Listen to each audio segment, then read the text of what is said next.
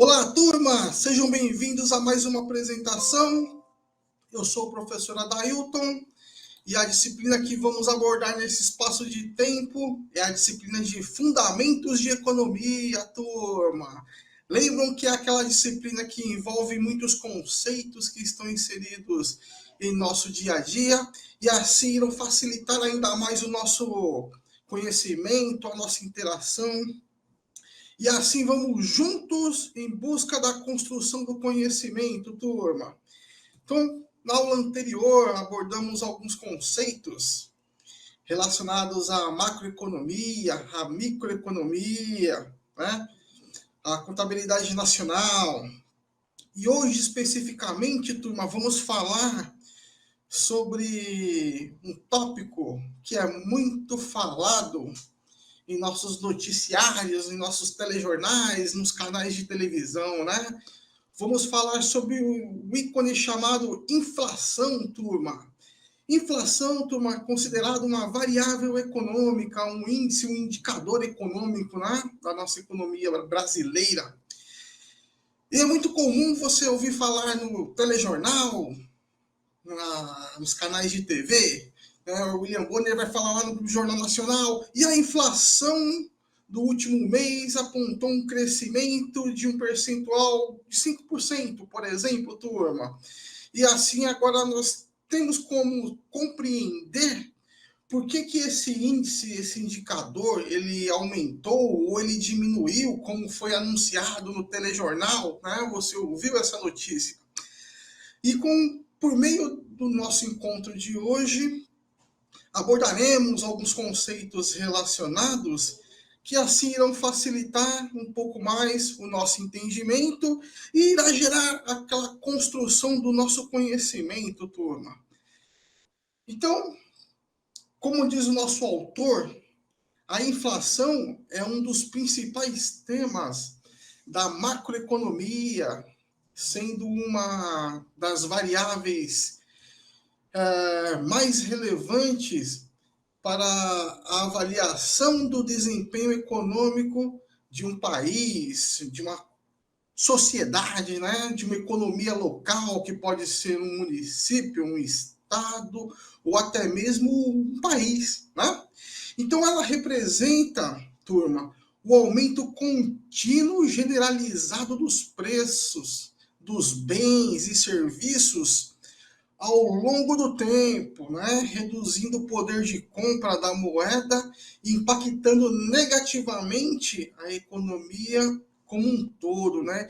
Então imaginem só, turma, o que o autor quer nos dizer com essa linha de pensamento, né? Imaginem só que os salários das famílias hoje, nesse mês, ele é capaz de comprar 100 itens no supermercado, né? Com o aumento da inflação, né? Com o aumento da inflação, o aumento generalizado dos preços dos bens e serviços, o preço dos produtos irão aumentar. Digamos que no mês seguinte a inflação aumente, né? E com isso veio o aumento generalizado dos bens e serviços, dos produtos, aquela mesma renda das famílias, ela já não é mais capaz e não tem mais o mesmo poder de compra dos mesmos 100 itens que ela teria o poder de compra no mês anterior. E assim as famílias têm que abrir mão de produtos aleatórios dessa listagem de 100 itens, como eu dei aqui o exemplo, né? Então as famílias terão que escolher o que é prioridade na sua lista de compra nos supermercados, né? E assim poderão excluir um item ou outro para que a renda seja capaz de fazer aquela compra naquele período, né? Então, turma, ela representa o aumento contínuo generalizado dos preços dos bens e serviços, como destacado aqui pelo autor, né? Então, reduzindo aí o poder de compra da moeda, impactando negativamente a economia como um todo, né? Então, portanto, compreender os mecanismos da inflação e seus impactos na economia é fundamental para a formulação, né, como diz o autor, de políticas macroeconômicas eficazes visando a estabilização dos preços e o crescimento sustentável, né, turma? Então, esse é um dos pontos principais que nós vamos abordar e compreender, né? Então, o objetivo de aprendizagem de hoje será, como indicamos na apresentação, o objetivo é compreender o conceito de inflação e os fenômenos que ele indica, né? Vamos elencar e discutir as principais consequências da inflação e também examinar a evolução da inflação no Brasil ao longo do tempo, né? Ao longo dos anos, né? E ao final da exposição dessa aula de hoje, você será capaz de conceituar a inflação. Então, você vai entender o que é inflação, né? Você vai relacionar a inflação e a emissão de moeda. Vai listar as consequências da inflação, né? E também irá descrever a evolução da inflação no Brasil. Então, turma, iniciamos aqui com o conceito e efeito da inflação, né? Conceito e efeito da inflação. Então, turma, de acordo com o nosso autor, a inflação ela pode ser pensada como um aumento contínuo e generalizado no nível de preços econômicos, né? Então, quando a inflação ela é alta, ela tem consequências desastrosas para todo o sistema econômico, como destaca aqui o nosso autor. Então, de acordo com o autor, a inflação ela é um processo no qual os preços de bens e serviços aumentam de forma contínua e geral na economia, né? Ou seja, não se trata de uma simples alteração de preços de um produto específico ou sazonal, né? A inflação, ela afeta todos os bens produzidos pela economia e é medida pelo aumento geral do nível de preços ao longo do tempo, né, turma?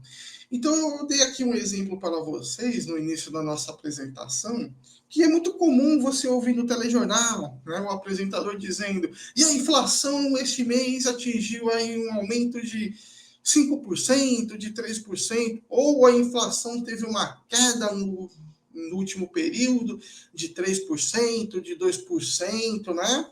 E assim, turma, vamos compreender o que significa a inflação, né? Então, o autor, ele destaca de forma breve e objetiva, para facilitar ainda mais a sua compreensão, né?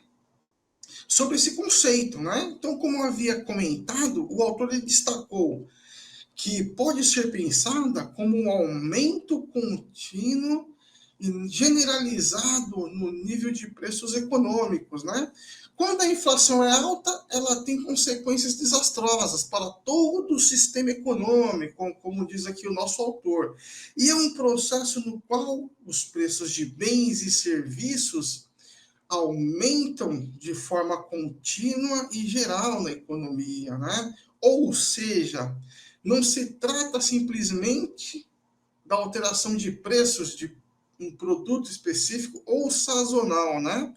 Então, a inflação, turma, ela afeta todos os bens produzidos pela economia, né? E é medida pelo aumento geral do nível de preços ao longo do tempo, né?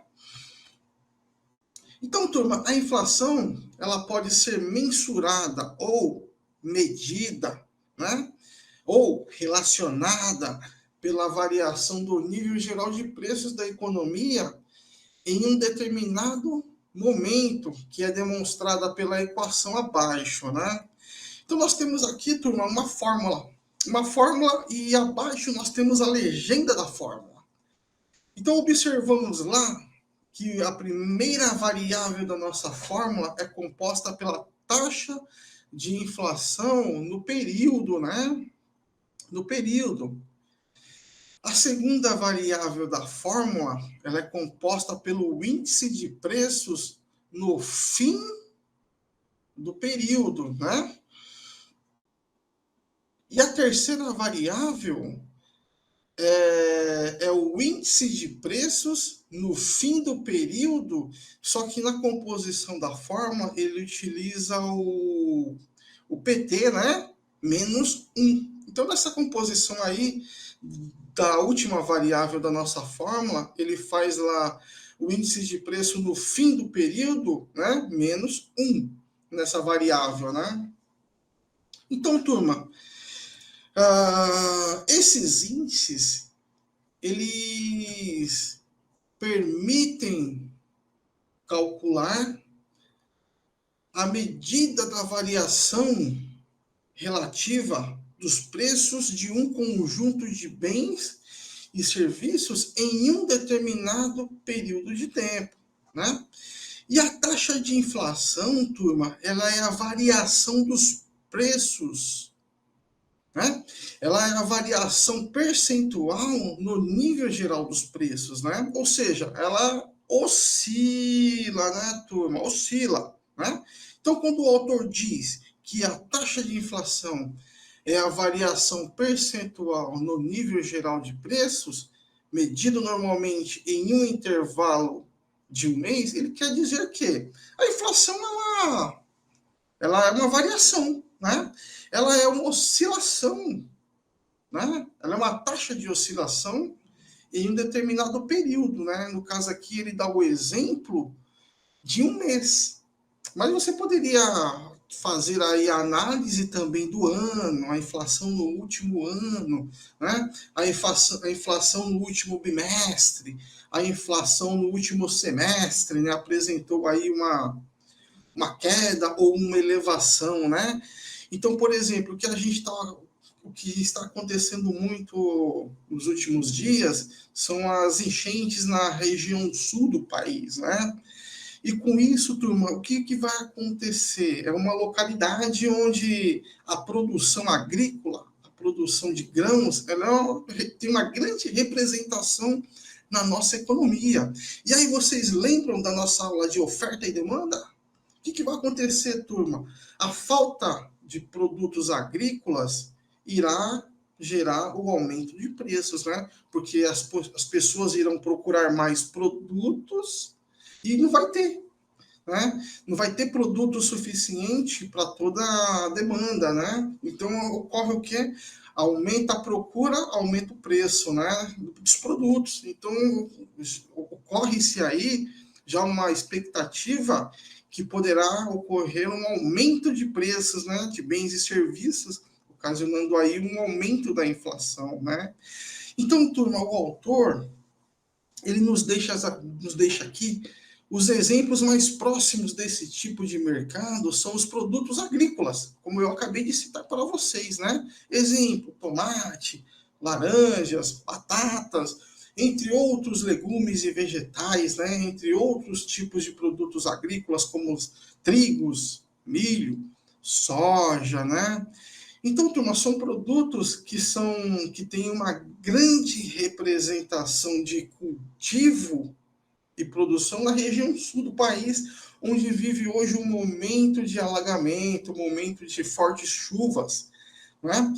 Onde a população hoje não tem como produzir, né? Como eu vi recentemente no telejornal, um agricultor dando uma entrevista falando que não se tem como cultivar na lama, né?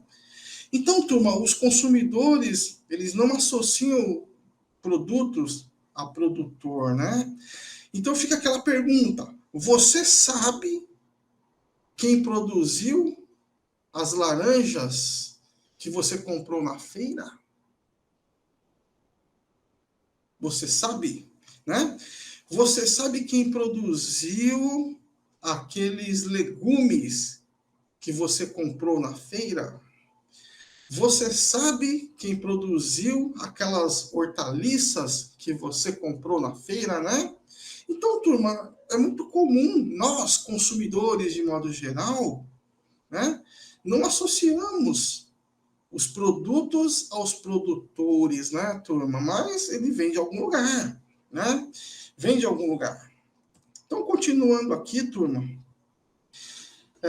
como diz aqui o nosso autor, a inflação, ela traz algumas consequências graves, né? E essas consequências incluem, né, o nível de produção e emprego, por exemplo. Então, no ambiente incerto, é imprescindível, criado pela inflação, os empresários tenderão a atrasar ou reduzir o investimento produtivo, né?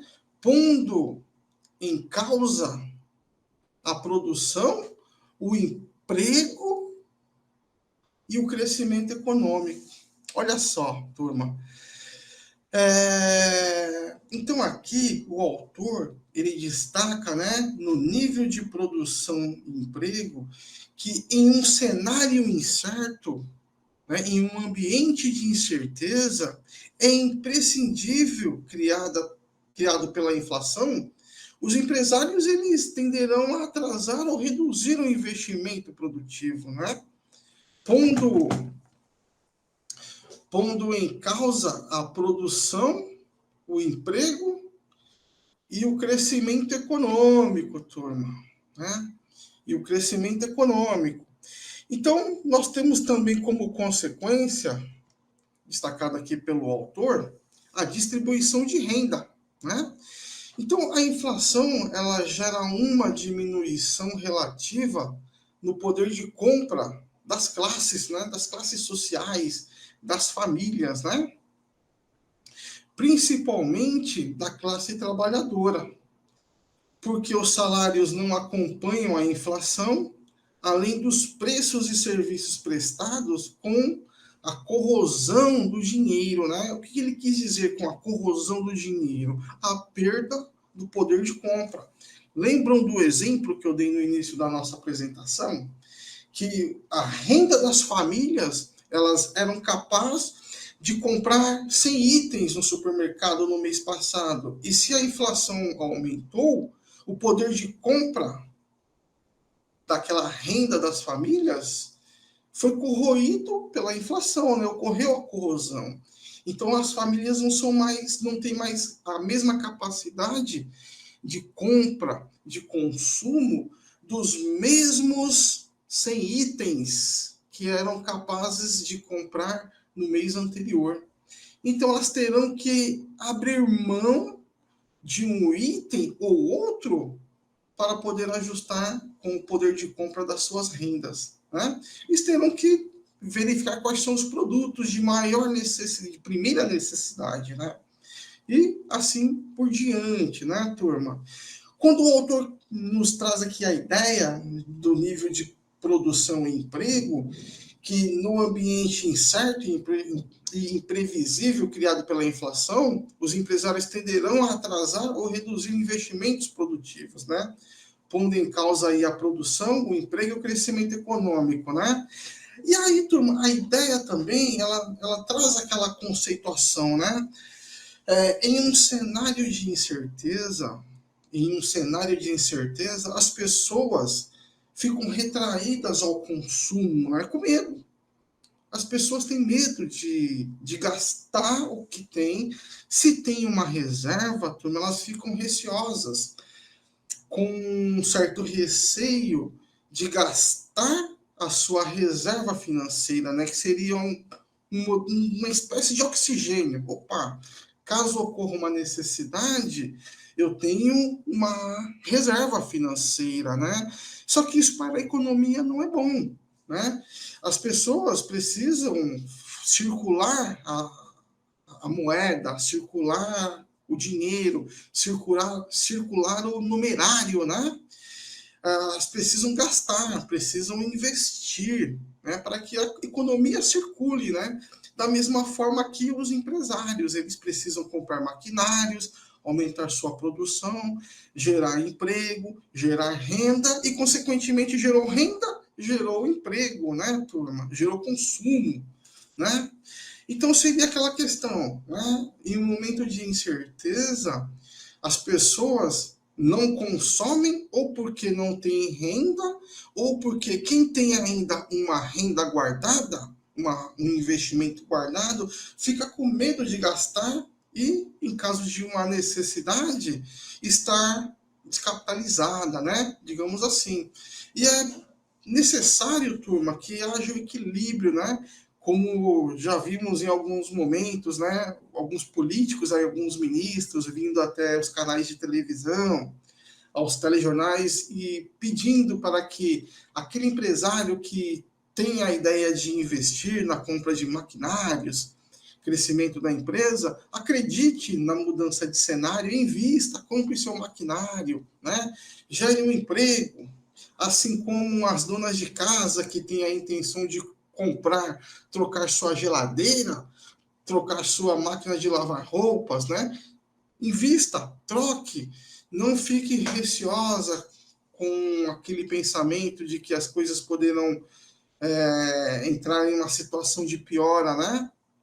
Porque o cenário tende a melhorar, como dizia lá na coluna da política e economia, né, turma? Eles pediam para que o consumo fosse gerado, né, que o investimento fosse gerado, né, turma? Então, aqui na distribuição de renda, a inflação ela gera uma diminuição relativa no poder de compra das classes, né, das famílias, principalmente da classe trabalhadora, porque os salários não acompanham a inflação, além dos preços e serviços prestados com a corrosão do dinheiro, né, turma? Ou seja, a perda do poder de compra do dinheiro, né? Então, por outro lado, turma, observa-se um aumento relativo do poder de compra das classes detentoras de capital, né? Como empresários, indústrias, comerciantes e patrocinadores de capitais, digamos assim, né? Como destacou o autor. Temos também o mercado financeiro, turma, né? Como uma das consequências trazidas pela inflação, o autor também ele destaca o mercado financeiro, né? E ele diz que durante a inflação, o valor de uma moeda ela se deteriora, né? Ou seja, ocorre a corrosão, a perda do poder de compra, né?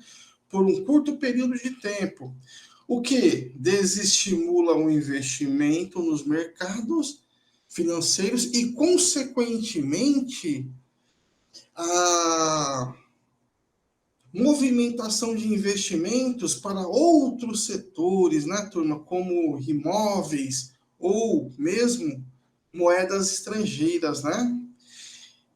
Outra consequência trazida pela inflação, como destaca o autor, é o balanço de pagamentos, né? Então, quando a taxa de inflação interna é maior que a taxa de inflação externa e a taxa de câmbio permanece inalterada, as importações são estimuladas e as exportações desestimuladas, né, turma? Pois os produtos nacionais ficam mais caros que os estrangeiros, causando aí um déficit, né, na balança comercial. Então, olha só, quando o autor ele nos traz essa ideia do balanço de pagamentos, né? Ele destaca que quando a taxa de inflação interna é maior que a taxa de inflação externa e a taxa de câmbio permanece inalterada, a taxa de câmbio, turma, é o preço da moeda estrangeira, tá? Exemplo, o custo do dólar no nosso país, né? Então, se eu tivesse que viajar para o exterior hoje, eu tivesse que comprar um dólar na casa de câmbio, quanto que eu pagaria por essa moeda estrangeira, né? Eu precisaria de uma quantidade X de reais para adquirir uma quantidade X de dólares, né? Então, quanto a taxa de inflação interna é maior que a taxa de inflação externa, e a taxa de câmbio permanece inalterada, ou seja, o preço da moeda estrangeira ela se mantém estável, né? As importações são estimuladas. Isso significa o quê? Que se o empresário precisar de matéria-prima para produzir aqui no Brasil, e a matéria-prima aqui no Brasil está mais cara, com o preço do câmbio da moeda estrangeira estando estável, o empresário ele vai preferir comprar matéria-prima onde? Aqui dentro do nosso país ou lá fora do nosso país, com a taxa de câmbio permanecendo estável. Ele vai preferir comprar a matéria-prima fora do país, ele vai importar, né? Ele vai importar na matéria-prima, turma. Ah, mas o empresário ele não está gerando emprego dentro do nosso país. Ele está gerando emprego lá fora do país, porque ele está comprando matéria-prima de lá. Sim. Só que o empresário ele visa a produção, ele visa a lucratividade, ele visa a redução de custos na sua produção. Quem produz com intenção de se gastar mais? Né? Fica a pergunta. Então, turma, as importações elas são estimuladas e as exportações desestimuladas, né? Pois os produtos nacionais ficam mais caros. Ou seja, os consumidores estrangeiros eles vão diminuir a compra do produto ou matéria-prima nacional nossa devido ao preço, né? Isso desestimula, né?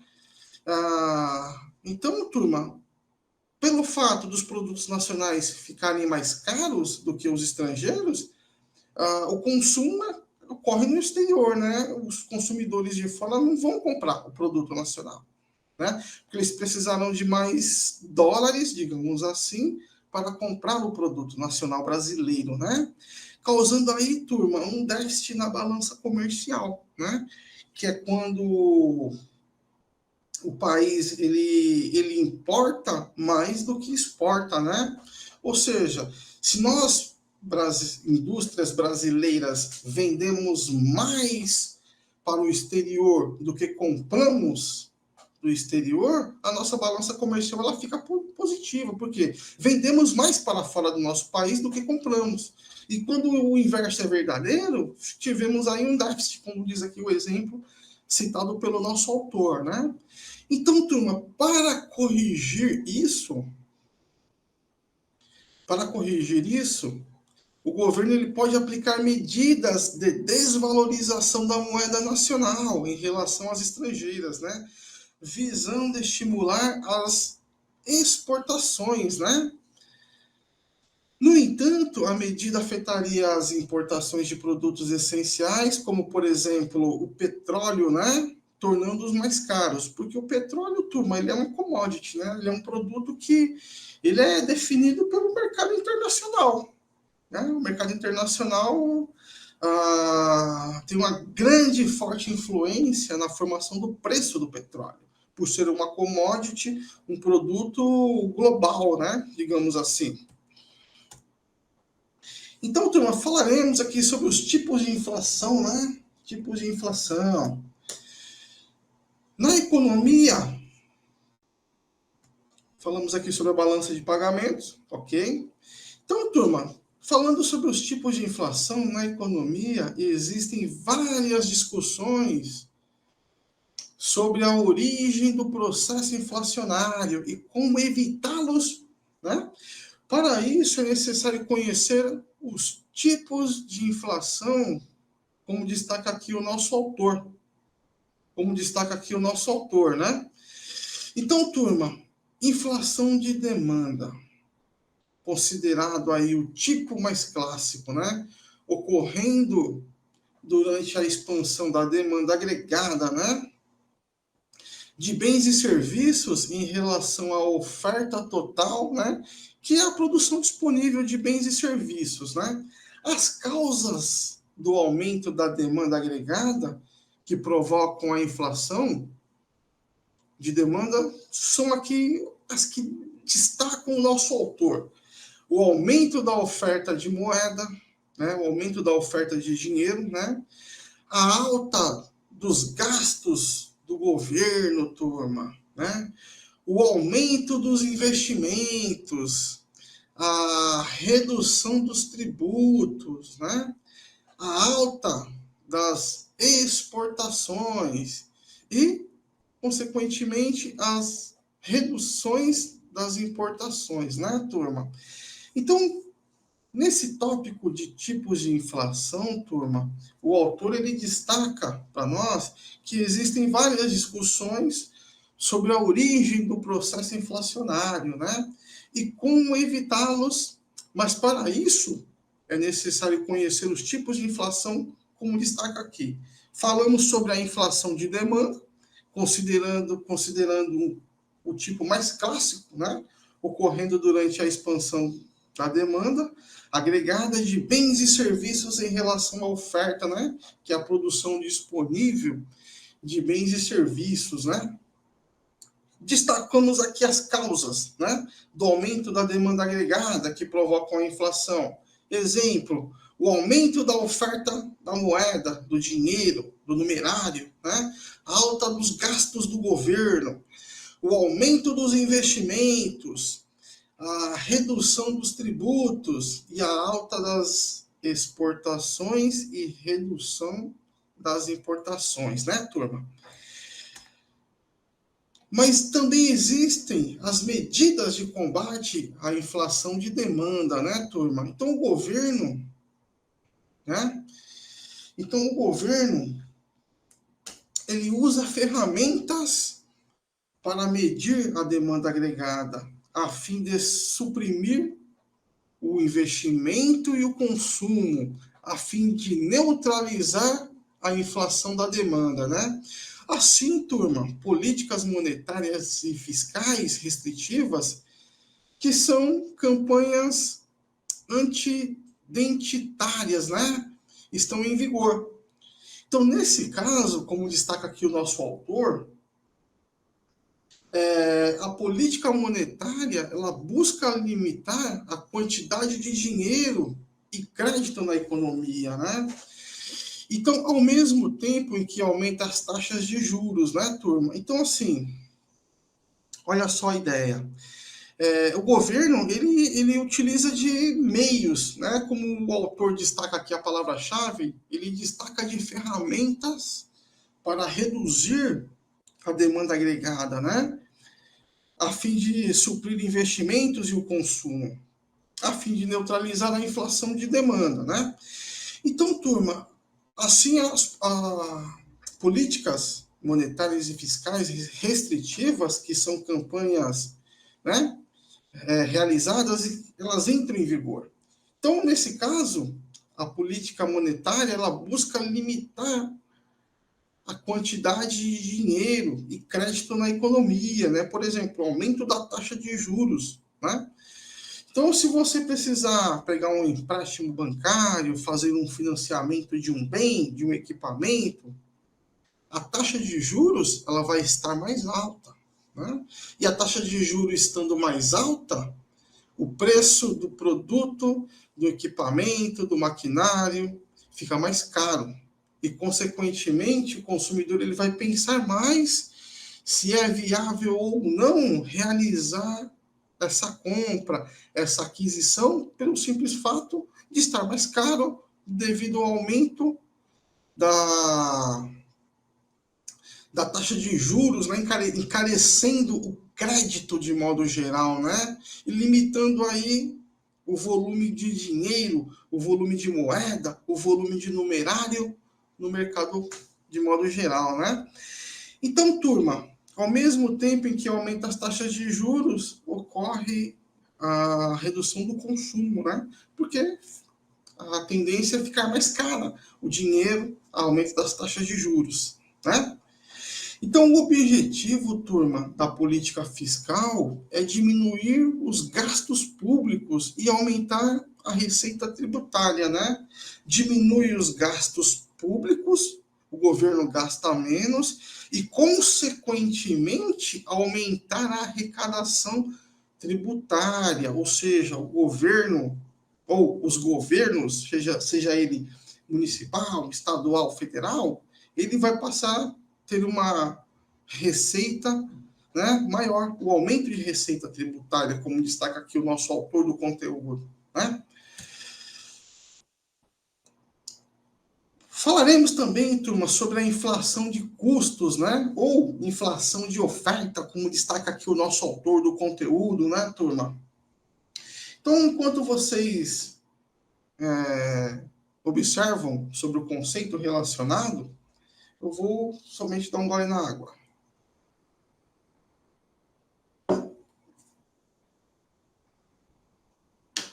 Então, turma, a inflação de custos ou inflação de oferta, os custos de produção determinam os preços que são repassados ao consumidor final, né? Ou famílias de consumidores dos bens, né? Devido ao aumento nos custos de produção, esse aumento será parcial ou total, ou totalmente, né? Refletido nos preços finais do produto. Sim, já falamos disso aqui, por meio de alguns exemplos que eu destaquei para vocês, né? Então, turma, uma inflação de oferta típica pode ser vinculada a uma inflação de custos, né? Como destaca o autor dessa maneira, né? Então, a contratação da oferta combinada é acompanhada pelo aumento do emprego, sinalizando aí um mau sinal para a economia, né, turma? Então, uma inflação de oferta típica pode ser vinculada a uma inflação de custos dessa maneira, né?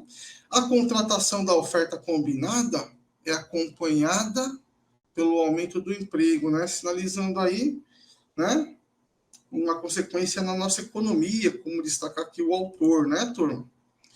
E as causas desse tipo de inflação, turma, são as elevações de custos que são provocados, né, por algumas variáveis, né, como o aumento de salários acima dos aumentos de produtividade da mão de obra, o aumento de preço dos produtos agrícolas, né, a desvalorização real da taxa de câmbio, que determina aí o aumento dos preços dos insumos importados em moeda nacional, né?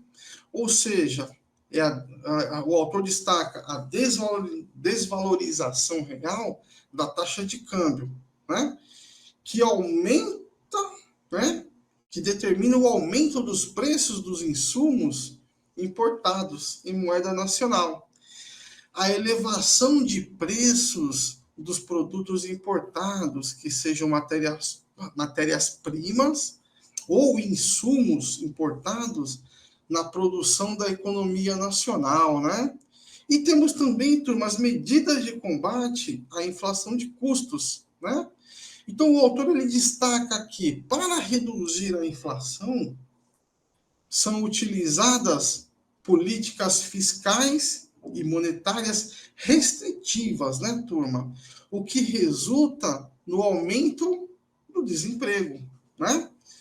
Então, olha só a ideia. O autor ele destaca que para reduzir a inflação são utilizadas políticas fiscais e monetárias restritivas, turma, ou seja, retrair a economia, né?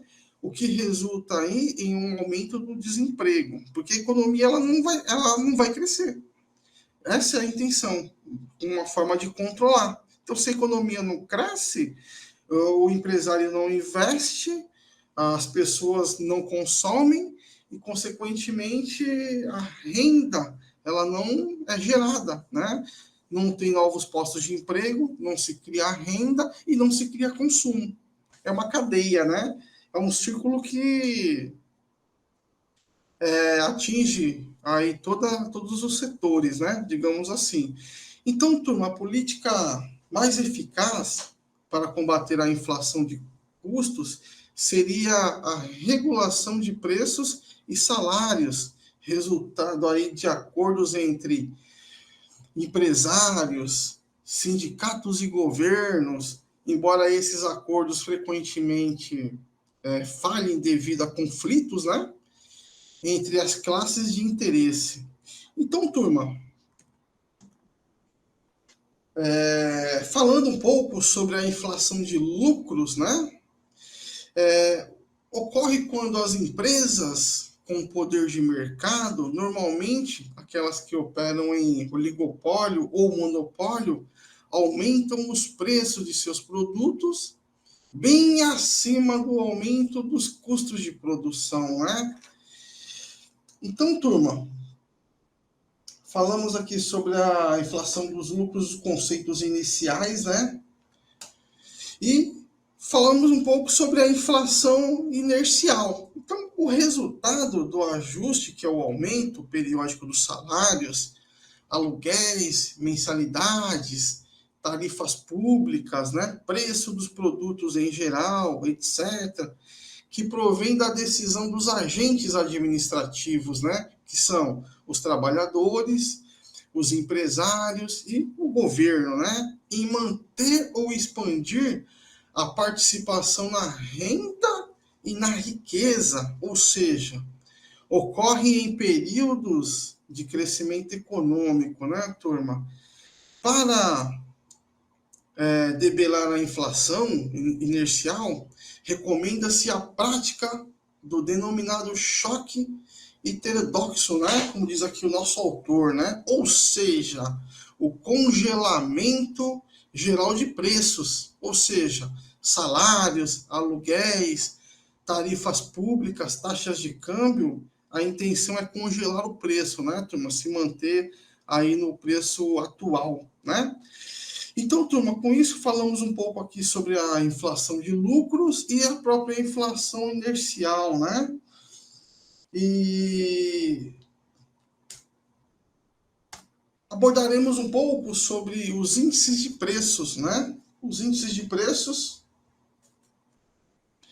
Então, turma, os índices de preços são usados para medir a inflação em um local específico durante determinado período de tempo, né? Este representa a relação entre o preço de uma cesta de bens ou serviços ao longo de vários anos e o preço da mesma cesta no ano base em que está sendo analisada, né? Então, no ano base, o índice é igual a 100 e sobe ou desce de acordo com o índice de preços ao consumidor. Se o índice de preço sobe, o índice sobe, né? Consequentemente. Então, diversos índices foram criados no Brasil com vários objetivos, né? Específicos, né? Por exemplo, o Índice Geral de Preços de Mercado, que é o IGPM, né? Foi criado com a intenção de corrigir principalmente as operações financeiras de longo prazo. O Índice Geral de Preços, que é o IGPD-DI, né, da Fundação Getúlio Vargas, criado na década de 40, né, em 1944, e tinha como objetivo medir o comportamento geral dos preços na economia brasileira, né, que é uma média mensal de vários outros índices, como o índice de preços não atacados, né, que é o IPA. Então, turma, como havíamos comentado, o autor ele destaca também o índice de preço ao consumidor, turma. Então, o índice de preço ao consumidor, ele é um índice muito comentado, muito abordado pelos economistas, né? Que são comentados aqui na coluna de economia pelos economistas dos telejornais. Calcula os preços de varejo de uma cesta fixa de bens e serviços adquiridos por famílias, né, da pesquisa, né, também conhecida como cesta de mercado, de acordo com nosso autor, né, turma? Então, observem só, turma, a ideia central que o autor ele nos traz, né, que esse índice, o IPC, ele calcula os preços de varejo de uma cesta fixa de bens e serviços, né, adquiridos por famílias da pesquisa, né, também conhecido como cestas de mercado, né, e também, turma, temos o IPCA, que é o Índice de Preços ao Consumidor Médio, né, É o índice oficial utilizado no Brasil para medir a inflação ao longo do tempo, né? É calculado pelo Instituto Brasileiro de Geografia e Estatísticas, né? Que é o IBGE. O índice mostra a variação de preços nas cestas de consumo das famílias, né? Com renda entre 1 e 4 salários mensais, né? Então, aqui no período, a renda que foi destacada foi R$ 510 a 2040, né? Isso naquela data específica, né? Então, com base nesses dados, o Banco Central ele está desenvolvendo ou desenvolve políticas para cumprir a meta de inflação estabelecida, né?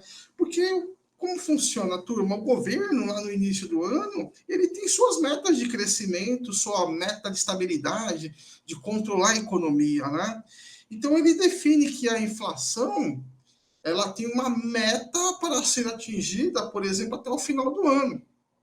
Né? Então, digamos que na meta do governo, ela tem uma projeção de crescimento de, no máximo, exemplo, 5%. E o Banco Central vai fazer o possível para que isso, né, seja possível, né, da forma que seja conduzida. Né? Então, com base nesses dados, o Banco Central ele está desenvolvendo políticas, ou desenvolve políticas, para cumprir a meta de inflação estabelecidas, né, turma? Então, continuando, vamos conhecer também o IGP, né, turma? O IGP, né? Então, o IGP, ele mede o nível de preços em todos os setores industriais, né, da economia, né? Ele é calculado pela Fundação Getúlio Vargas, no Rio de Janeiro, desde a década de 40, né? O IGP, ele é uma média ponderada de um IPC e um IPA. É um índice de preço da construção civil, né? Então, turma, ele mede o nível de preços em todos os setores industriais da economia, é calculado pela Fundação Getúlio Vargas desde a década de 40 e é uma média ponderada de um IPC, de um IPA e um índice de preços da construção civil, né? Tem também o índice de fatores que contribuem para o desenvolvimento econômico, né? Então, turma, como destaca aqui o nosso autor, o desenvolvimento econômico ele é sinônimo de crescimento econômico diante de uma enxurrada de problemas, né? Uma segunda corrente adotada pela realidade pragmática reconhece o crescimento econômico como uma variável essencial para o desenvolvimento econômico, né? E a primeira corrente tem uma visão direta no desenvolvimento, né, medindo aí apenas em termos quantitativos. Já na segunda corrente, existem vários fatores qualitativos que refletem o desenvolvimento econômico, né? Temos também o crescimento do PIB, né, que é fundamental para o desenvolvimento econômico, porém deve crescer a uma taxa superior à do crescimento da população, pois se esta crescer a uma taxa inferior a ela, o PIB per capita também cairá, né? A pobreza, a miséria e o subdesenvolvimento, né? Ele é um outro indicador importante e o número de pobres, ou seja, aqueles que ganham menos do que o mínimo necessário para atender às necessidades básicas diárias, né? Então, segundo as Nações Unidas, uma pessoa com renda diária inferior a $2 é classificada como pobre, enquanto uma pessoa com renda diária inferior a $1 é classificada como extremamente pobre, né, ou miserável, como destaca aqui o autor, né. Temos também a nutrição e expectativa de vida, que envolve aqui a taxa de mortalidade infantil e a expectativa de vida, né, que são indicadores significativos que refletem o desenvolvimento econômico Dados do Banco Mundial mostram que em países de baixa renda, a taxa de mortalidade é de 127 por 1.000 recém-nascidos, enquanto em países de renda média é de 31 por 1.000 recém-nascidos, né?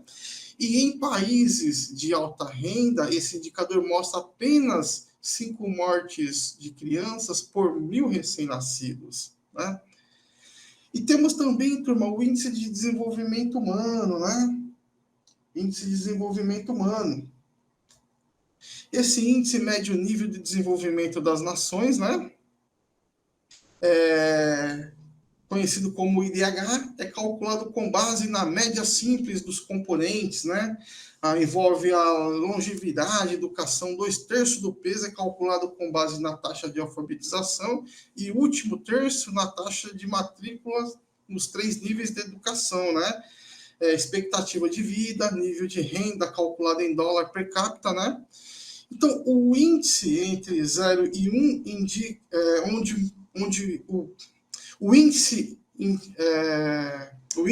indica entre 0 e 1, né? Como destaca o autor, onde maior que 0,8 é considerado alto desenvolvimento humano, né? De meio a 0,799 é considerado médio desenvolvimento e é menor que meio um desenvolvimento humano baixo, né? Então, turmas, temos também o coeficiente de Gini, que envolve a medida de desigualdade conhecida como coeficiente de Gini, né, que foi desenvolvida pelo estatístico italiano Corrado Gini. É normalmente usado para medir a desigualdade nos retornos, embora também possa ser usado para medir qualquer distribuição injusta, né? O coeficiente ele é um número entre 0 e 1, onde 0 representa a igualdade perfeita, né? Todos têm o mesmo desempenho. E 1 representa a desigualdade perfeita. Uma pessoa tem todos os rendimentos e os demais nenhum. Então, o coeficiente ele é fundamental para o controle da distribuição da renda, pois evita que o PIB per capita de um país suba se houver distribuição desigual de renda, pois quem continuar vivendo na pobreza continuará apresentando indicadores baixos, né? Desenvolvimento econômico, né? E a inflação no Brasil, turma, de acordo com o autor, afirmam que o Brasil ele tem experimentado problemas com inflação em diversos momentos de sua história, sendo um problema sério nos anos 50 devido ao aumento das taxas, né, de crescimento da economia brasileira, né? A inflação diminuiu entre 68 e 1973, né? A economia brasileira começou a apresentar taxas de inflação crescentes a partir de 1973, né? E o autor afirma que, nessa época, vários planos econômicos, incluindo o Plano Cruzado, o Plano Bresser, o Plano Velho, o Plano Collor, foram implementados. Já o Plano Real foi implementado em 1994 e uma nova moeda com o mesmo nome, né? Essa estratégia buscava equilibrar o orçamento público ao reconhecer que as razões da inflação brasileira estavam no equilíbrio do setor público e nos mecanismos de indexação, né? E por que o governo emite moeda, né? Mesmo sabendo que a sua emissão em descompasso com o tamanho do produto da economia causa inflação.